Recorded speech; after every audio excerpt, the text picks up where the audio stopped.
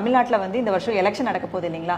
So அதெல்லாமே எப்படி இருக்க போகுது அப்படின்னு சொல்லி பார்க்கலாம் சார். விஜய் இந்த தமிழக அரசியலில் மிகப்பெரிய வெற்றி பெறுவாரா?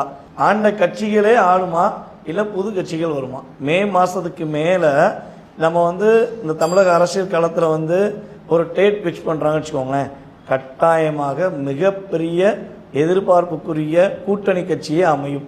மே மாதத்துக்கு முன்னாடியே டேட் அறிவித்து எலெக்ஷன் வைக்க போகிறாங்க. ஸோ அப்படி வரும்பொழுது ரீசெண்டாக வந்திருக்கிற நம்முடைய விஜய் சாருடைய அரசியல் களம் மிகப்பெரிய சூடு பிடிக்கும். தமிழக வெற்றி கழக தலைவர் விஜய் அவர்கள் உறுதியாக இந்த 2026 ஆரம்பத்திலிருந்தே அவருடைய வேகம், அவருடைய விவேகம் மிகப்பெரிய மாற்றத்தை ஏற்படுத்தும். அதே போல் உறுதியாக தமிழகத்தில் கூட்டணி கட்சி மட்டுமே ஆள முடியுங்கிறது உறுதி.